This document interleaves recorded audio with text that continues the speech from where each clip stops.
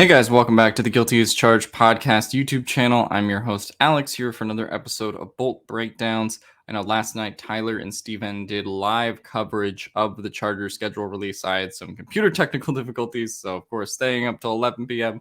didn't even work out for me because I couldn't talk about the Chargers schedule. But I did want to make this video when I got everything working again and talk about some of my takeaways from the Chargers schedule. We're gonna go game by game a little bit first. And then get into some of the broader perspective, takes that have been flying out around about it. I do first want to, of course, give credit to the Chargers social media team, where credit is due. They made that incredible anime intro yesterday where they just seem to want smoke with every single team. And I have to give them credit for it because this part was just a work of art. As someone who cannot stand Urban Meyer, this made my day. It was just a beauty to watch. And there's so many other digs in the videos that were so funny and I thought so brutal, like the Deshaun Watson thing as well. But go watch the Chargers anime intro if you haven't yet. It's just tremendous content. I know Steven and Tyler went through it last night as well, but I just wanted to mention that off the top. But more specifically, of course, let's get into the Chargers schedule, sort of going week by week here. Of course, they opened the season with the Las Vegas Raiders. This was actually announced yesterday prior to the schedule coming out when they revealed all the week one games first. So the Chargers will play the Raiders in what's seemingly the primetime slot. It's not a primetime game, but it is the primetime slot on CBS, the 4:25 game with probably Romo and Nance calling it for the first time since the Chargers were eliminated by the Raiders in Week 18. So this is certainly a big revenge game right out of the door here, and of course it's an AFC West game as well, and that only gets intensified by Week 2 at Kansas City as well. This is actually the first time since 2003 the Chargers have opened up with two straight AFC West opponents back to back in this kind of nature. And that's another kind of broad takeaway I have from the schedule as well here from Chris Harry, Chargers team reporter, and from CBS LA. The Chargers will have played 5 AFC West games by December 4th, week 13. So 5 of the Chargers' first 12 games really are against AFC West opponents.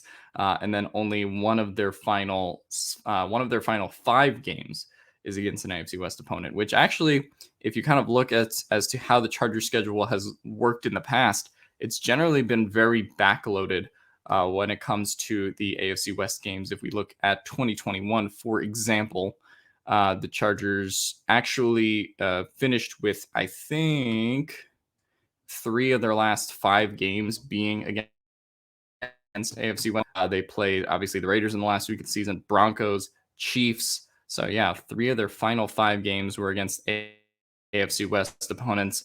If you went to the year before and you wanted to look at 2020, the same was kind of true then as well. The Chargers' final 3 2020 games were against the Raiders, Broncos, and then the Chiefs back to back to back. So really, I'm kind of mystified based on how the Charger schedule has been made before, that all these AFC West games were actually front-loaded this year, and they really only have that one Week 18 game against Denver to, basically make up some ground in the division potentially or a wild card race. But like Chris Harry said, by Week 13, by December 4th, we'll really know where the Chargers stand after their first 5 divisional games in terms of what their record in the division is and whether or not they have a chance to win it, which is very different from how the previous seasons schedules have been structured. Of course, the second thing that we kind of have to talk about before we get into, the nitty gritty and do record predictions and all that is that the Chargers have 5 primetime games. So this is actually, they've maxed out. I believe the only max number this year is 5. There's no team with 6. I think there's like 10 or 12 teams that have 5 primetime games. So I think that just shows the parity of the league right now. But week 2 against Kansas City is a primetime game. Week 6 versus the Broncos is a Monday Night Football game. They have 2 Sunday Night Football games, 2 Monday Night Football games, and the Thursday night game against the Chiefs as well. So, I mean, I think, they're kind of cooking with fire here in terms of what they have in these primetime opportunities. And then, of course, they also have a pretty hard schedule down the stretch, and some notable teams that could end up being flex games as well. Of course, the flex stuff starts week 11. So, you're kind of looking at Chargers Chiefs. Is that a game that could get flexed to primetime, right? I know there was a Chiefs game week 12 ish this year against the Broncos, for example, that actually got flexed to Sunday Night Football. Then you, of course, have the Raiders and all of that stuff in the mix down the pipe here as well. The Titans, of course, they're the two back-to-back primetime games that the Chargers have here might mitigate the chances that some of their games could get flexed. But I think the Chargers having a difficult schedule in this stretch actually, opens up the doors to them having potentially more than 5 primetime games. Of course, because their Monday night slots and their Thursday night slot cannot be flexed even in any capacity, and their first Sunday night slot cannot get flexed either until week 11. So, the Chargers are in a really good position when it comes to primetime games. I think it shows the interest that the NFL has in this team. Of course, they kind of know the stock is up in LA, and they know the Herbert factor is real. And so they're treating the Chargers as if they are a playoff Super Bowl contender team in terms of the amount of primetime games that they are giving them. I think the Chargers had 3 primetime games last year prior to the season. Of course, got the 4th one added against the Raiders when that got flexed in week 18. But yeah, this is not, your dad's Chargers, if you want to say that, in terms of how they've been given primetime games the last few years. This is the NFL is really looking at this team as the potential next Super Bowl contender. Let's get to difficulty of the schedule. So this was from Daniel Wade of the Locked On Chargers podcast. The final 9 games, as I sort of talked about with that tough stretch, are at 49ers, Chiefs, at Cardinals, at Raiders, Dolphins, Titans, at Colts, Rams, Broncos. Of course, 3 of those games are primetime games themselves. But yeah, no, the Chargers' second half of their schedule is definitely backloaded with teams with playoff aspirations, teams that were playoff teams last year. If you just wanted to kind of boil it down to a number, I believe that 6 of the Chargers' final 9 games, or 6 of the Chargers' final 8 games here, are against playoff teams from 2021. And that's going to be something to deal with when we, talk about this schedule and why it's important for them to rack up wins in that first part of the season. So, I'll be very curious to see if they do. But while we say that, they also still do have to play the Raiders, Chiefs. We'll talk about the Browns game in a little bit, and the Broncos in their first half of the schedule as well. But yeah, let's kind of talk about just general thoughts on all of these games, whether I think they're a win or a loss, and sort of get into that discussion as well. But yeah, of course, the first game here is against the Las Vegas Raiders. I'm going to chalk this up as a win for the Chargers. I think they are kind of looking for revenge in that game. I'll put them at 1-0 here to kind of start off the schedule. I tend to think the Chargers will split with the Chiefs, and I think they're more likely to win the game in LA than they are to win at Arrowhead, even though that the opposite kind of did happen to them last year. I think they split these first 2 divisional games out the gate. Would love to see them go 2-0, but I think the more realistic scenario is the fact that they finish 1-1. I'm going to chalk up the Jaguars and Texans to being wins. Of course, that's not how it played out last year with the Texans, and anything can happen. But, it's worth pointing out with that Texans game at Houston, the Chargers had about 20 players contract COVID at the same time, and were very thin in terms of their depth at the time, even before, COVID started spreading like wildfire at the time. So for this Chargers team, week 4, with the team probably at the most healthiest it'll be, there's no excuse to not beat the Texans. So I'm actually going to have them at 3-1 here. At Cleveland, of course, this is another thing to talk about with the schedule. Tyler tweeted this before the schedule came out, but we all knew the Chargers were playing the Browns, and the big thing that's hanging over the Browns, and seemingly the Browns and Deshaun Watson do believe he'll be suspended based on how they structured his contract in terms of, salary versus, a signing bonus versus base salary. There is a belief that Deshaun Watson could be suspended for his civil cases as a result of how that plays out. So in this situation, the Chargers getting the Browns within those first 5 weeks could end up benefiting the Chargers. Of course, it's not the thing that we want to talk about when we're talking about 22, sexual assault allegations against Deshaun Watson. But this is, something that is going to affect the team potentially if Deshaun Watson is unable to play Week 5, based on however long his suspension could potentially be. And it does seem like people around the league, people involved with the Browns, do believe he will be suspended. So I sort of want to put a TBD on this game, but for now, I will assume Deshaun Watson plays. And I'm actually going to say this is kind of the game I feel like the Chargers lose. East Coast traveling there. So I'll say 3-2, I think, at this point in the season. They get the Broncos. I do tend to think they'll split with the Broncos. I'm kind of going to say this probably for all of the divisional games, but I think they get the win here. This is the one at SoFi as opposed to Mile High, where something always goes wrong for the Chargers at Mile High, whether it's a Phillip Rivers fumble or Anthony Lynn blowing a 16-point lead. I just don't trust them to win in Denver, but I do trust them to at least get one for the Broncos here. Big primetime game as well against Russell Wilson and the Broncos.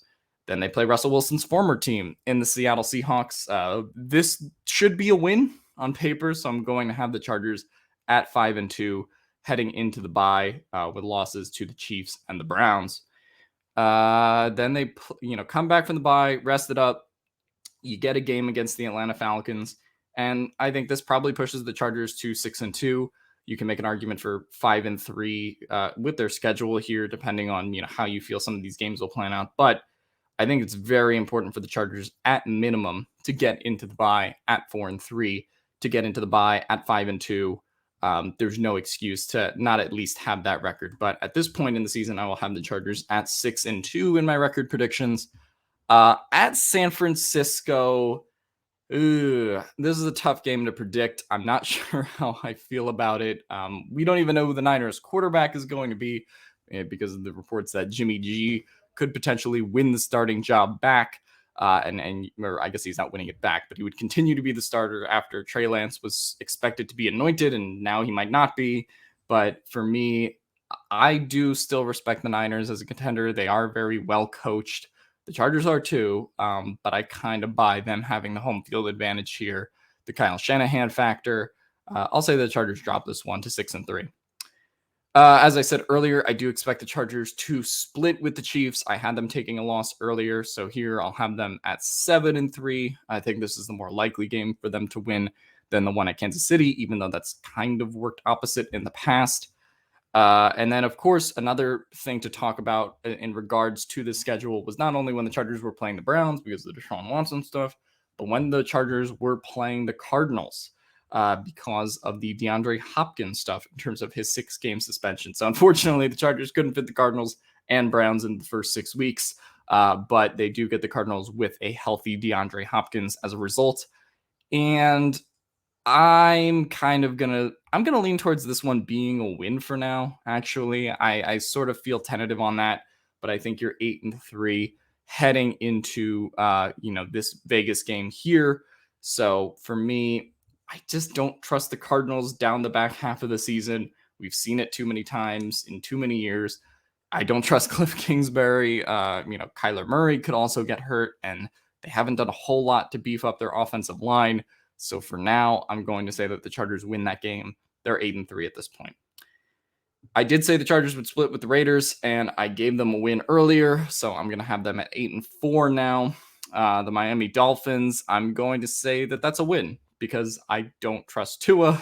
I don't trust the Dolphins really still, even with Tyreek Hill and Jalen Waddle, because it seems like Tyreek Hill will have to make full stops when he catches, absolute underthrown balls from Tua Tagovailoa. So I don't trust the Dolphins at this point. So I'm going to have the Chargers at 9-4. Then we have the Titans coming on the road to play the Chargers at SoFi Stadium. This is another primetime. Oh, no, this isn't one of the primetime games. The Colts is a primetime game. My bad. But now, at this point in the season, the Chargers are kind of at, do I have them at 10-4? Yeah, I think I do have them at 10-4. But the Titans at this point, I think that they should be able to win this game. Kind of gives me trap game vibes. I'm gonna say those Chargers slip to 10. What would this would actually be week 15, so this would then be 10-4, or I don't know. I don't know how I've predicted this at this point. I think I'm at 9-5, but I do think this is a winnable game for the Chargers. But I still don't necessarily buy their run defense, and obviously with Derrick Henry, they have gotten better in that regard in terms of improving their run defense. But I kind of need to see it first because the Titans are the type of team that can kind of run over the Chargers. Then they go to play Indianapolis Colts. This is a big Monday Night Football game in Indianapolis, and I'll kind of say that the Chargers get a win here. I think that they split these two games between the Titans and the Colts. So now I have the Chargers at 10-5. And then we have the Rams and the Broncos to finish out the season. I'm going to be ballsy. I'll pick a win over the Rams. I think they do enough to get the win here. Obviously, we're at week 17, so probably so many injuries and so many stuff that we know has probably happened. But this is the big New Year's primetime SoFi game, and the Chargers do tend to show up for primetime games. Who knows what either team will be playing for at this point. I do expect both of them to be contenders, but I think this is a game where the Chargers want to show that they're not the little brother in LA, even though they kind of are at times, of course. But I do think that Justin Herbert outduels Matthew Stafford here and gets the win. So I'm going to have the Chargers at 11-5 heading into the final game at Denver. And I did say that the Chargers would split. They finished the season at Mile High. I'm going to predict them to finish at 11-6. I predicted the same thing last year, was 2 games off, but based on the schedule, I do think the Chargers have enough to kind of get it done. Of course, they do have to kind of rack up wins in the early part of the season that we've talked about, especially potentially facing a Browns team without Deshaun Watson. But let me know what you guys think in the comments down below about the Chargers schedule. Do you think it's too hard, too easy? What do you think about some of the primetime games? Let me know in the comments down below. And as always, I'll